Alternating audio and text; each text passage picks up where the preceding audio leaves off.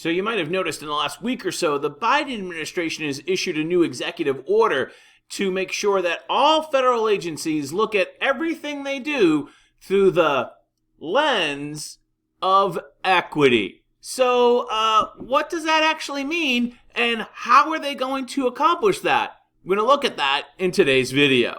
So here we go from Axios. Biden administration requiring annual action plans on racial equity. There he is there.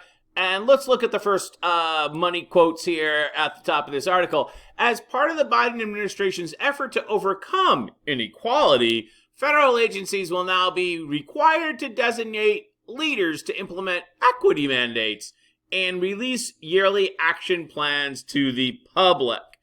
I already thought we had this war on inequality. Hasn't the government, but all right, I'm not going to go down that road, but you know what I mean.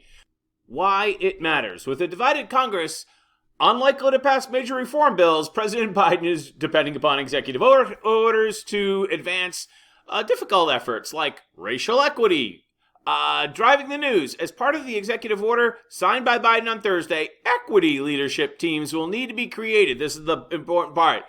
In agencies within 30 days to implement the administration's effort to tackle inequality through the federal government. You'll notice how they're mixing these words, equity and equality. Those are actually completely two different things, which the Washington Examiner has figured out with a much better headline. Biden instructs federal agencies to be more racist. These action plans indicate how they will use the racist worldview of DEI programs in federal operations and employment. So how are they going to do that? Well, they're going to trample on the Constitution. Let's take a look at the American Thinker for an example of how it's being accomplished in San Antonio. What the American Thinker shows us, Robert A. Bishop article, is that the Biden administration is giving away $1.2 trillion in ARPA money, and they're showing that the U.S. Treasury, led by Secretary Yellen, who's over in Ukraine today giving more money to Zelensky for World War III, basically they are setting up a committee to identify, monitor, and review aspects of the domestic economy that have directly or indirectly resulted in unfavorable conditions for persons of color. So basically, they're setting out at the top of the pyramid at the Secretary of Treasury's office how to spend these monies. Basically, as Robert A. Bishop points out here, the motive is to produce a permanent mechanism that is data-driven approach to forcing racial equity outcomes. Leftists refer to this concept as democratizing data. Here's the mayor of Austin explaining exactly how it would work.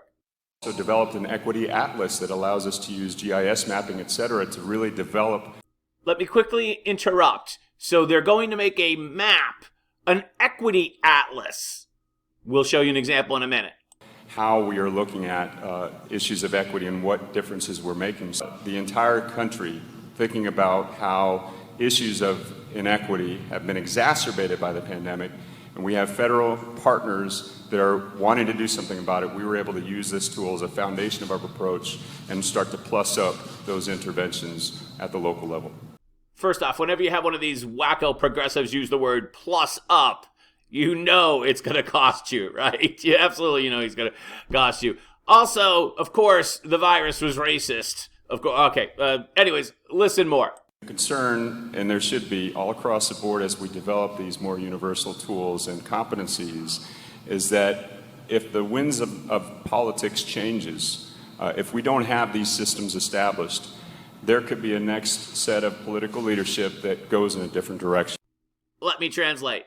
Let's get our rules and regulations in now. Let's get everybody embedded in the government and all these brand new jobs so that, heaven forbid, we lose the next election. This whole procedure will already be codified and set up, and so we can basically undermine any future election with our permanent government, our swamp. How would they do that? Back to Robert A. Bishop at American Thinker. San Antonio's model assigns equity scores to census tracts, then aggregates them by district, based upon the percentage of Spanish as a first language, high illiteracy, people of color, and below medium household income. The problem with that, as Robert A. Bishop points out, is that you cannot discriminate based upon someone's language, nor can you discriminate in the distribution of federal funds based upon the color of someone's skin. That is a violation of the 14th Amendment, and apparently also the Texas Constitution to top it all off. So not only do they say these things, which would be blatantly unconstitutional, violate the Equal Protection Clause, but they publish it on the city website. Here it is, City of San Antonio. Sorry about that. Somehow, there we go. That's better. City of San Antonio. Diversity, inclusion, and accessibility, the Equity Atlas. And actually, we have another picture of the Equity Atlas. Here it is over here, where they basically show you how they're going to distribute the money based upon the race of the people who live in a certain part of San Antonio. And this is going to be, if I didn't make this perfectly clear, a straight thread, straight to how people are going to do it on a national basis, right? This is just a model for how people are going to do it nationally. There's also a national Equity Atlas, believe it or not. It's not as detailed as this one, but they're working on it. So on this tab here, what they have done is basically taken all the census tracts and they said, we're going to give out the money based upon the color of the skin of the people that live there. There's also one for language. You cannot discriminate based upon someone's language. That's a violation, also a violation of the Equal Protection Clause.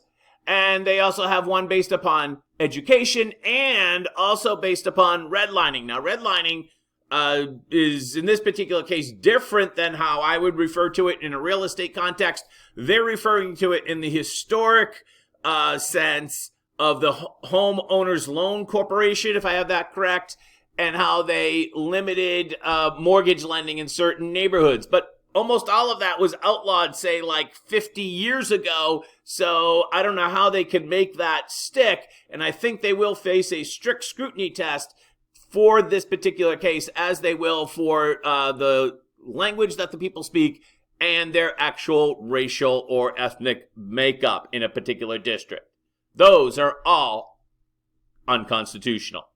So, going back to the original Axios report, Biden administration requiring annual action plans on racial equity, you can see how they're going to use this ARPA approach that is being developed in San Antonio and elsewhere to give out not only the ARPA money, 1.2 trillion, not only that money, but all federal government money. All federal government money. All federal government money. Not only now, but forever, basically, is how they're going to try to put it in there. Even if they lose the election, they want all of this infrastructure of the government in place. You know, Robert Moses, remember, you ever hear of him? He's the guy that built all the parkways and stuff over in New York. He always said, start a project, put a stake in the ground, and it's very difficult to rescind it. Ronald Reagan said something very similar, as you know, the closest thing to everlasting life is a government program. It'd be very, very difficult to rescind this structure once it's in place. That's why legal action makes a lot of sense here. That's where American First comes in. America First Legal, you know them, founded by Stephen Miller from the Trump administration. They, and probably a lot of other organizations as well, are going to probably sue to stop this before it takes root, thank God. New racist Biden executive order installs equity czars in every federal agency and converts the entire executive branch into a woke DEI cult. American First Legal vows relentless opposition. Let's scroll down to the money quote. From Miller, the most extreme excesses of the radical woke college campus have just been transported into and embedded within every function of federal government in an attempt to supplant the actual laws and Constitution of the United States in order to punish and exclude Americans based upon their race, ancestry, and gender. Great quote, Stephen Miller. It's amazing how they want to use maps based upon race and ethnicity to distribute federal dollars, where decades ago, or even not that long ago, they would absolutely abhor that practice. But now it's okay because of equity. Everyone has to be equally miserable. We will keep you posted, but for now, I'm John F. Gately in Plymouth, America's hometown, Massachusetts. Behind enemy lines. Have a great day.